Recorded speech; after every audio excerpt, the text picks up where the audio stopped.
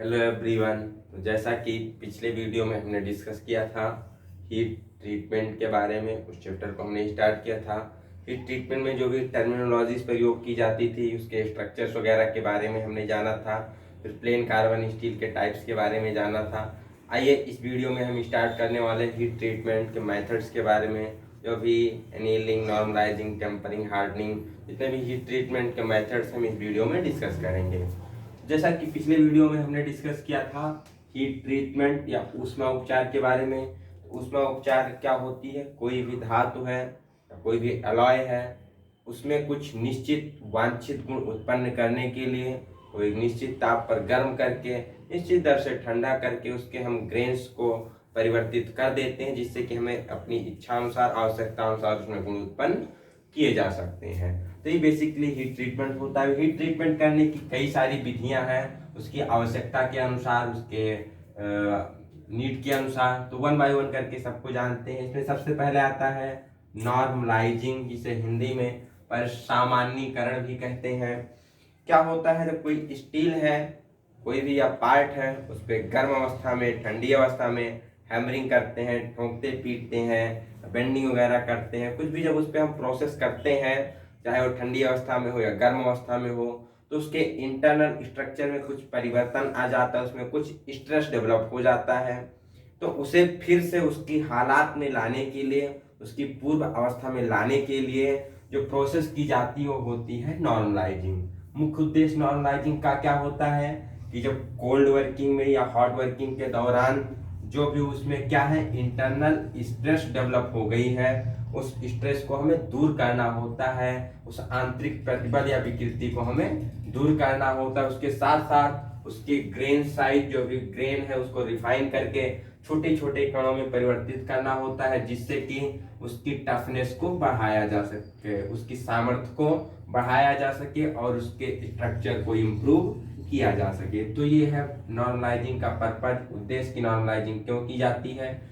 तो जो ठंडी हालात है, गर्म हालात में स्ट्रेस डेवलप हो जाती है हैमरिंग वगैरह करने से, उसको दूर करने के लिए, ग्रेन साइज को रिफाइन करने के लिए, उसके साथ साथ टफनेस को बढ़ाने के लिए और स्ट्रक्चर को इम्प्रूव करने के लिए नॉर्मलाइजिंग की जाती है।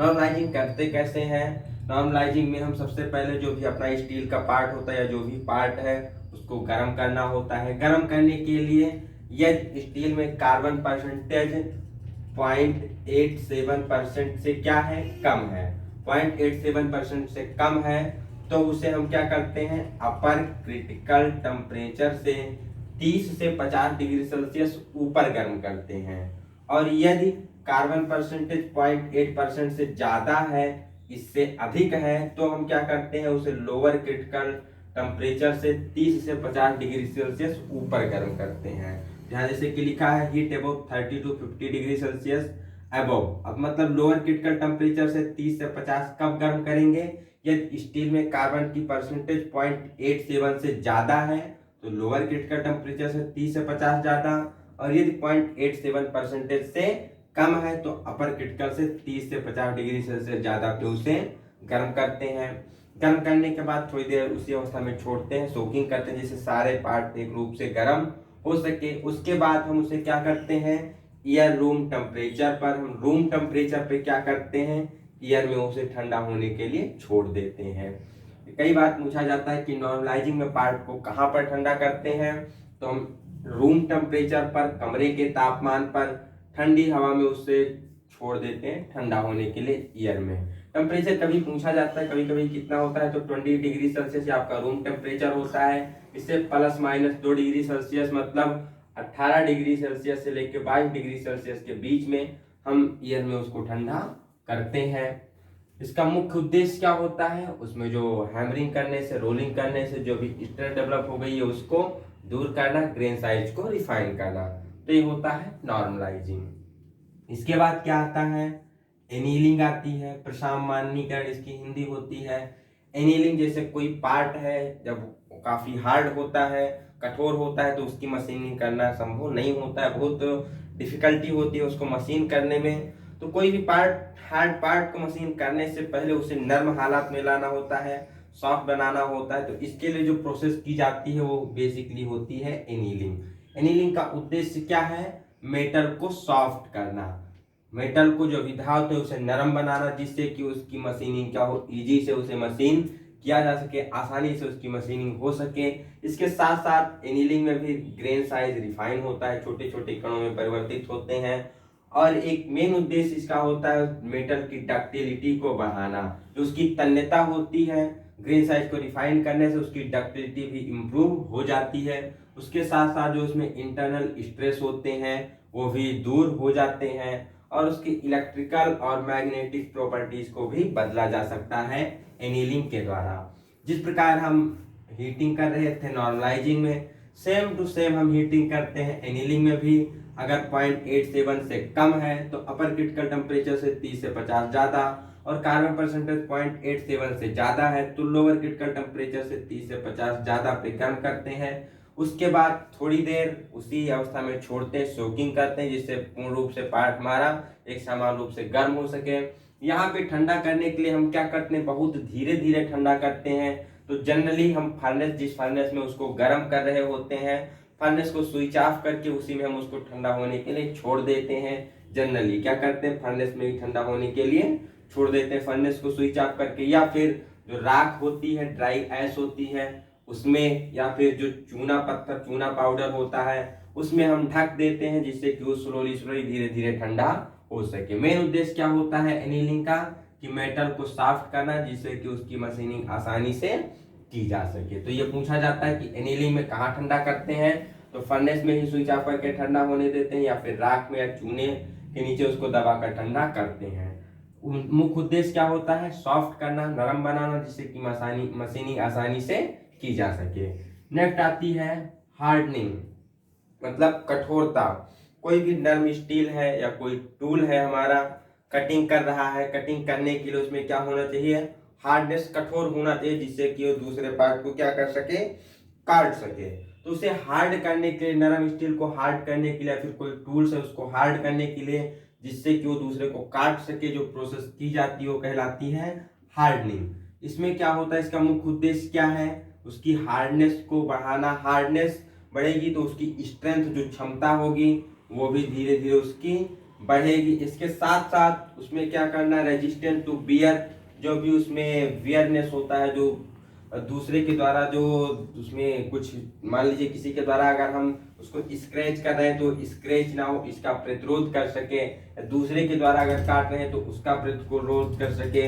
तो रेजिस्टेंस टू बियर के लिए भी करते हैं। इसके साथ साथ उसमें ऐसा गुण उत्पन्न करते हैं कि वो दूसरे मेटल को काट सके। दूसरे को तो काट सके, लेकिन अगर कोई दूसरा उसे काटे तो उसका क्या कर सके, विरोध कर सके।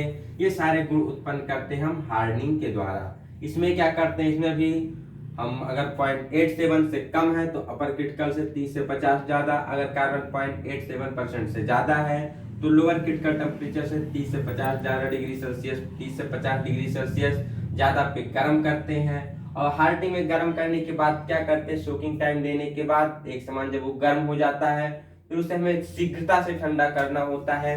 जितने जल्दी हम ठंडा करेंगे उसमें उतनी ज्यादा हार्डनेस बढ़ेगी, क्योंकि जो ये ऑस्टेनाइट स्ट्रक्चर होता है, जितनी जल्दी कूल करेंगे वो मार्टेनसाइट में चेंज हो जाएगा और पार्ट उतना ही अधिक हार्ड हो जाएगा। तो इसमें हम रैपिड कूलिंग के लिए प्रयोग कर सकते हैं वाटर का, या फिर ऑयल का प्रयोग कर सकते हैं। जनरली वाटर का प्रयोग करते हैं, कभी कभी ब्राइन वाटर का भी प्रयोग किया जाता है, जो कि नमक का घोल होता है, वाटर में कुछ मात्रा में साल्ट मिला दिया जाता है, जिससे ब्राइन सॉल्यूशन बन जाता है और बुलबुला वगैरह नहीं निकलता है, तो उसके ठंडा करने की दर और अधिक होती है। यहाँ पर कूलिंग करते समय हमें ध्यान रखना है, जो भी मोटा वाला सेक्शन होता है, थिक सेक्शन होता है, उसे सबसे पहले डुबोना है, कि धीरे धीरे वो उसमें पतले वाले सेक्शन की तरफ से होते हुए पास हो जाए। तो मान लीजिए छेनी चीजल वगैरह की हम हार्डनिंग कर रहे हैं, कोई अदर पार्ट है उसकी हार्डनिंग की है, तो उसे कूलिंग करते समय जो मोटा वाला सेक्शन होगा उसे सबसे पहले डुबोएंगे पार्ट में, जिससे कि उसमें मोटे वाले भाग से पतले वाले भाग की ओर जा सके। तो ये होती है हार्डनिंग। कूलिंग कहाँ करते हैं, वाटर ब्राइन सॉल्यूशन ऑयल में। मुख्य उद्देश्य क्या होता है, उसकी हार्डनेस को बढ़ाना, जिससे कि दूसरे को काट सके और दूसरों के द्वारा काटे जाने या खरोच का विरोध कर सके। नेक्स्ट आता है इसमें टेम्परिंग। अब हार्डनिंग किए तो हार्डनिंग करने के बाद क्या होता है, मेटल में ब्रिटलनेस का गुण आ जाता है, उसमें भंगुरता का गुण आ जाता है। अब भंगुरता का गुण होने की वजह से उस पर हम इम्पैक्ट लोड डालेंगे या फिर उस पर कोई हम हैमरिंग वगैरह करेंगे तो पार्ट क्या होगा, टूट जाएगा, टूल हमारा टूट जाएगा। तो उसको इस दुर्गुण को दूर करने के लिए, ये जो डिफेक्ट है उसको दूर करने के लिए क्या करते हैं, टेम्परिंग करते हैं। टेम्परिंग में क्या किया जाता है, उसको हम लोअर क्रिटिकल टेम्परेचर या फिर कई बार पूछा जाता है अपर क्रिटिकल टेम्परेचर, तो डिपेंड करता है कौन सा हम टेम्परिंग कर रहे हैं। टेम्परिंग की वजह से दो विधियां होती हैं, एक होती है सिंगल हीटिंग मेथड और दूसरी होती है double heating method. Single heating method में क्या करते हैं, हम पार्ट को अपर क्रिटिकल टेम्परेचर से 30 से 50 डिग्री सेल्सियस ऊपर गर्म करते हैं और गर्म करने के बाद उसे हम पहले ऑयल में या तेल या जल में क्या करते हैं, थोड़ा डुबोते हैं। डुबोने के बाद थोड़ा बाहर निकाल लेते हैं जिससे कि उसमें पीछे वाले भाग से आगे वाले भाग की तरफ आ सके। फिर से हम क्या करते हैं, उसको डुबोते हैं, बाहर निकालते हैं, तब तक करते रहते हैं जब तक कि उसमें आवश्यक रंग, जो हमें जिस प्रकार का रंग चाहिए, टेम्परिंग के कुछ रंग दिए जाते हैं, कुछ इसमें कलर होते हैं, उस कलर तक हम उसको करते हैं। कलर आने के बाद हम पूर्ण रूप से उसे डुबा देते हैं। तो इसमें क्या करते हैं, एक ही बार गर्म करते हैं, उसके बाद धीरे धीरे ठंडा करते हैं। डबल हीटिंग मेथड में क्या होता है, इसमें पहले हम पार्ट को गर्म कर लेते हैं, जैसे कि हार्डनिंग विधि है, हार्डनिंग विधि द्वारा पार्ट को हार्ड कर लेते हैं, उसके बाद इसे हम फिर से गर्म करके टेम्परिंग करते हैं।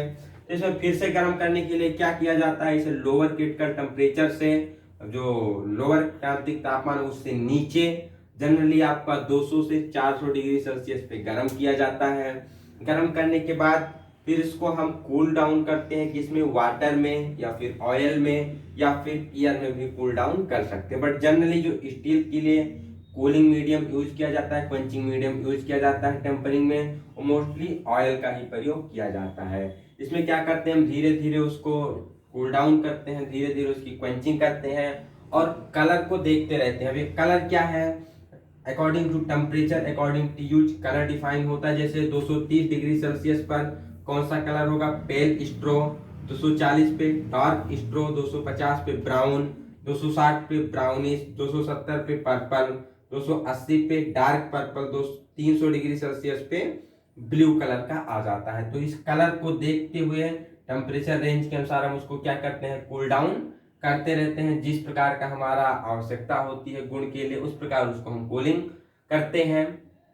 इसका मुख्य उद्देश्य क्या होता है टेम्परिंग का, हार्डनिंग के दौरान जो भी उसमें स्ट्रेस वगैरह डेवलप हो गई थी उसको दूर करना, या फिर जो उसमें ब्रिटलनेस का गुण आ गया था, भंगुरता का गुण था, उसको दूर करना, और साथ ही साथ जो उसकी टफनेस है, टफनेस को इंड्यूस करना या बढ़ाना, और जो हार्डनेस है उसको रेगुलेट करना, सही से हार्डनेस को रेगुलेट करना। इसका कुछ मुख्य उद्देश्य होता है। बट मेन उद्देश्य क्या है, उसके ब्रिटलनेस को दूर करते हुए टफनेस को इंड्यूस करना, उसके टफनेस को सही करना। इसमें स्ट्रेन वगैरह भी जो डेवलप होती है वो भी दूर की जाती है। नेक्स्ट, कभी कभी पूछा जाता है कि फर्नेस का टेम्परेचर किसके द्वारा मापते हैं। तो भट्टी में जब हम मेटल को गर्म कर रहे होते हैं तो जो टेम्परेचर होता है कैसे सेंस करते हैं, तो उसके लिए हम प्रयोग करते हैं पायरोमीटर का। पायरोमीटर एक इंस्ट्रूमेंट होता है जिसके द्वारा फर्नेस के टेम्परेचर को मापा जाता है। साथ ही साथ पूछा जाता है कि हाई कार्बन स्टील की टेम्परिंग के लिए तापमान कितना होना चाहिए। तो हाई कार्बन स्टील की टेम्परिंग के लिए जनरली 200 से 300 डिग्री सेल्सियस तापमान रखा जाता है, और यदि हाई स्पीड स्टील की टेम्परिंग के लिए पूछा जाए तो 550 से लेकर 600 डिग्री सेल्सियस पे टेम्परिंग की जाती है। एक और चीज पूछा जाता है कि हाई स्पीड स्टील की हार्डनिंग कैसे करते हैं। तो हाई स्पीड स्टील की हार्डनिंग करने के लिए उसे हम 1250 डिग्री सेल्सियस तक गर्म करके और ऑयल में ठंडा करते हैं, तेल में उसे हम डुबोकर धीरे धीरे ठंडा करते हैं। इसके साथ साथ पूछा जाता है जब हम कास्ट आयरन की जब कभी भी हम हीट ट्रीटमेंट कर रहे होते हैं तो उस समय हमें स्ट्रेस रिलीविंग की आवश्यकता क्यों पड़ती है। तो स्ट्रेस रिलीविंग की जाती है क्योंकि कास्ट आयरन में क्या होती है, रेजिडुअल स्ट्रेसेस डेवलप होती हैं। इस रेजिडुअल स्ट्रेसेस को दूर करने के लिए हम कास्ट आयरन की ट्रीटमेंट के दौरान उसकी स्ट्रेस रिलीविंग करते हैं। नेक्स्ट इसमें पॉइंट आता है कि ऐसे स्टील जिसमें कार्बन की मात्रा 0.15% तक होती है, इस प्रकार के स्टील को हम पूर्ण रूप से हार्ड नहीं कर सकते, इसकी केवल बाहरी सरफेस को ही हार्ड किया जा सकता है। इस पूरी प्रोसेस को, जिसमें हम स्टील की बाहरी सरफेस को हार्ड करते हैं, जिसमें कि 1.5% कार्बन होता है, इसे लो कार्बन स्टील भी कहते हैं। ये पूरी प्रोसेस की जाती है केस हार्डनिंग के दौरान, केस हार्डनिंग प्रक्रिया में। इस केस हार्डनिंग मेथड को हम अगले वीडियो में डिस्कस करेंगे।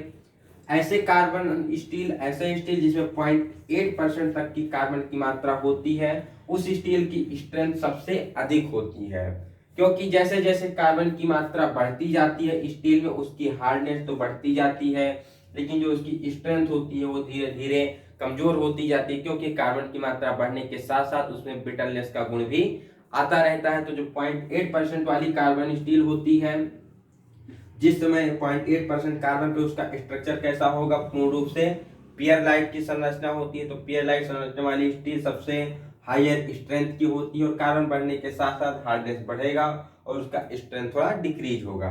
तो ये थे आज के टॉपिक, जिसमें हमने जाना normalising, annealing, hardening, tampering.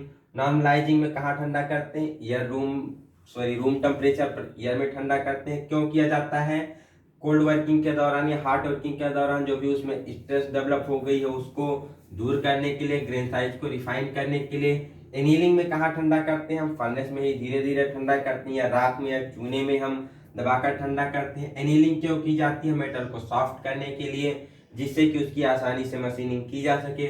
Hardening क्या होता है, हार्डनिंग में हम कुछ करते हैं, रैपिडली ठंडा करना होता है वाटर में या फिर ऑयल में। हार्डनिंग का मुख्य उद्देश्य होता है कि उसमें हार्डनेस को डेवलप किया जा सके, स्ट्रेंथ को डेवलप किया जा सके, जिससे कि दूसरे मेटल को काट सके, या फिर दूसरे मेटल के द्वारा काटे जाने की या खरोच का विरोध कर सके।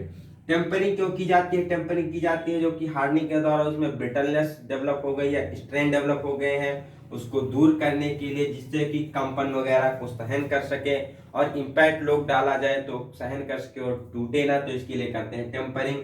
टेम्परिंग दो होती है, सिंगल हीटिंग मेथड जिसमें अपर ग्रेड का टेम्परेचर के ऊपर गर्म करते हैं, double heating method lower grade का टेम्परेचर के नीचे गर्म करते हैं। इसमें ठंडा करने के लिए कुछ चार्ट होते हैं, टेम्परेचर के अनुसार, रंग के अनुसार उसको हम ठंडा करते रहते हैं। तो ये थी आज की टॉपिक।